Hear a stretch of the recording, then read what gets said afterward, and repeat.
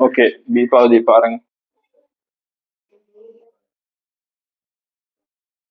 விலங்குகளினது உடலில் உள்ள ஒவ்வொரு களமும் கள மென்சாவு எனப்படும். ஒரு கள புண்ணங்கத்தினால் சூழப்பட்டுள்ளது.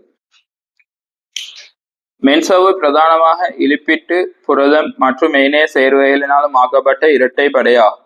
சரி, அது 2 படையாம். சரி, கள மென்சாவின் தடிப்பு 5 மில்லிமீட்டர் தொடக்கம் 5 நானோமீட்டர் தொடக்கம் 7.5 நானோமீட்டர் வரையில் காணப்படும்.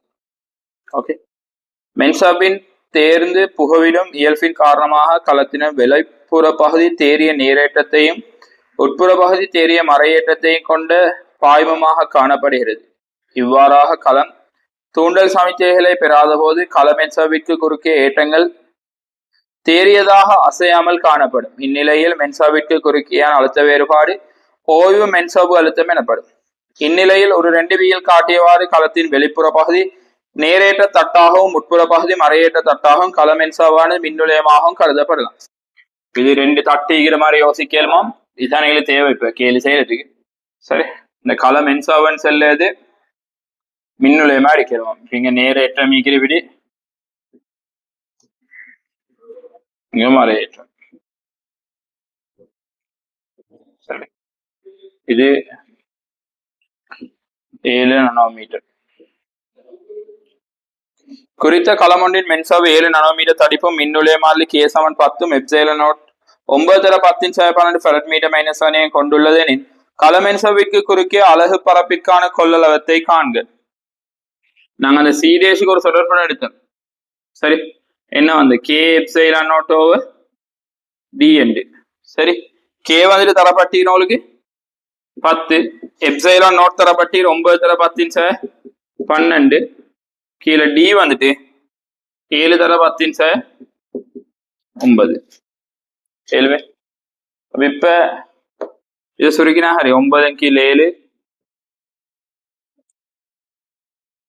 10 10 வரும் 10 2. சரியா, 9 7 சுருக்கி போடுங்க தசமானத்துல எத்தனை.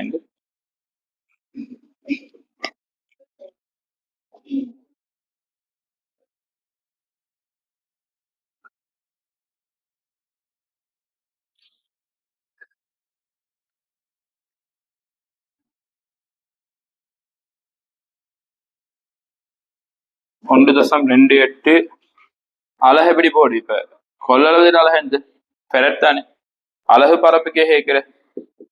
அப்ப ஃபெரட் மீட்டர் -2.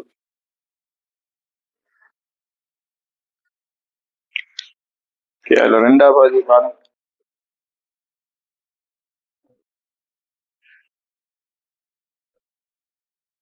ஓய்வு மென்சாவு அழுத்த நிலையில் மென்சாவுகளுக்கு குறுக்கே உள்ள அழுத்த வேறுபாடு 70 மில்லி வோல்ட் எனில் மென்சாவிற்கு குறுக்கேயான மின்புல வலிமை யாது? மின்புல வலிமை E = உழைப்போடையில B/D 70 × 10⁻3 7 × 10⁻9. இது சுருக்கணும். சரியா, சுருக்கினா இங்க 10 வரும். சரி, 10 1 × 10⁻7 வாட் மீட்டர் -1 வரும். சரியா,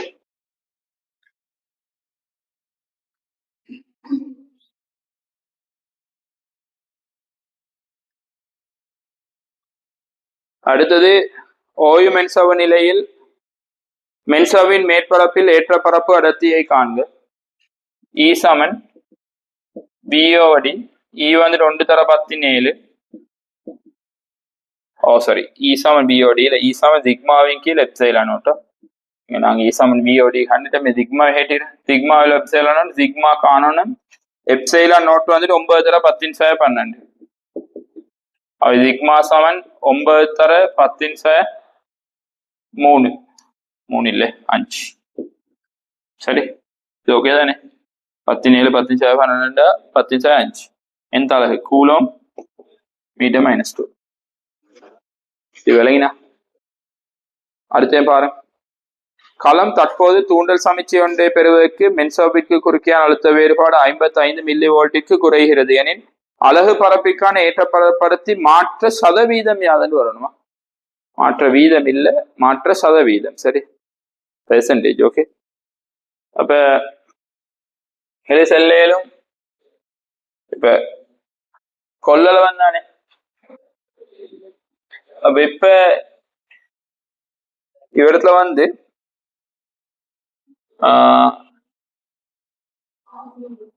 Q சமன் CV, Qக்கு பதிலா போடலும் சிக்மா A சமன் CV. AB என்று மாறலையே, சரியா?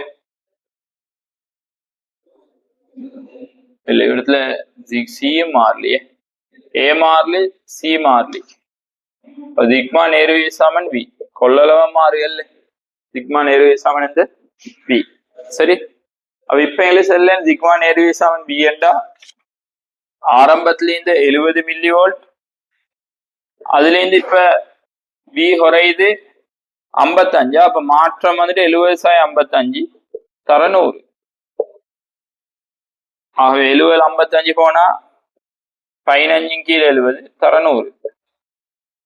இதை சுருக்கி பாருங்க, இதுதான் சதவீதம். இப்ப எங்களுக்கு அழுத்த வேறுபாட்டில் இருக்கிற சதவீதமும் ஏற்ற பரப்பளத்தில் இருக்கிற சதவீதம் எப்படி இருக்கும்? சமனா தான் நீக்கும். காரணம் என்னன்னா நேர்விய சமனே, ரெண்டிலே ஏற்படுத மாற்றம் வந்துட்டு பார்த்துட்டேன்னா விகிதம் எப்படி இருக்க போற? சமனா தான் வர போற. செல்லு விளங்குதா? மாற்றத்துல அந்த பருமன் சமனாயிக்காது. உதாரணத்துக்கு இதுல 70 55 குறைச்சல திக்மாலயம் 70 55 அப்படியே குறையுது இல்ல, மாற்ற சதவீதம் எப்படி இருக்கும்? சமனாயிக்கும். விளங்குதா? ஹெல்லி விஷயம் கிளியர் தானே? ஓகே, இவ்வளவுதான் இந்த கேள்வி.